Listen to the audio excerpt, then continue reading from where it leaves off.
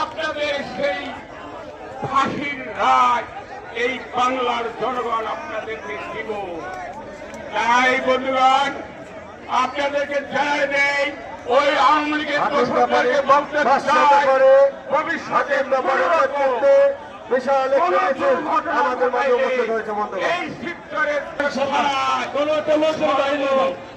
জনগণের নয়নমণি সর্ব এই মাটি ও মানুষের নেতা কামাল মোল্লাকে নমিনেশন দিয়েছিল। আবার প্রত্যাহার বাংলাদেশ রহমান সাহেবের কাছে আমাদের জনগণের